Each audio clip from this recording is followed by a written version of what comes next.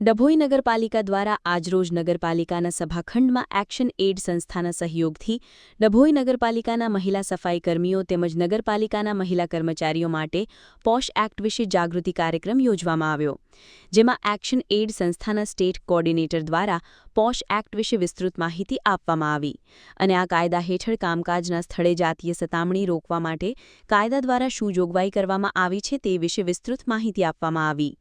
જેમાં આ પ્રકારની ઘટનાઓ બને ત્યારે મહિલાઓ દ્વારા ક્યાં રજૂઆત કરી શકાય, કેવી રીતે રજૂઆત કરી શકાય અને ફરિયાદના અંતે કાયદાકીય જોગવાઈ શું છે વગેરે વિશે વિસ્તૃત માહિતી આપવામાં આવી. નગરપાલિકા કચેરી ખાતે આંતરિક ફરિયાદ કમિટીની રચના કરવામાં આવેલ છે. એ કમિટી વિશે જાણકારી આપવામાં આવી.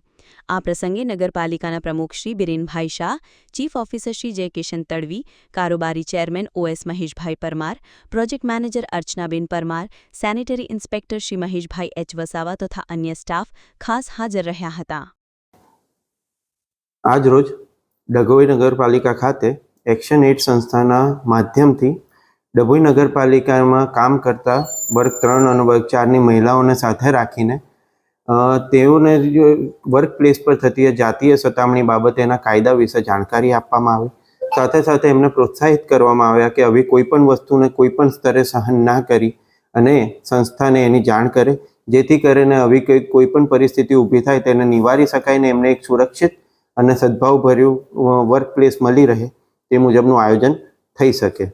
સાથે સાથે સંસ્થાના કર્મચારીઓ મહેશભાઈ H વસાવા, મહેશભાઈ પરમાર, પ્રમુખશ્રી, કારોબારીશ્રી અમારી સાથે ઉપસ્થિત રહ્યા હતા, જેમણે પણ આવી કોઈ પણ બાબતે સહકાર આપવા માટે પોતાની તત્પરતા દર્શાવી હતી.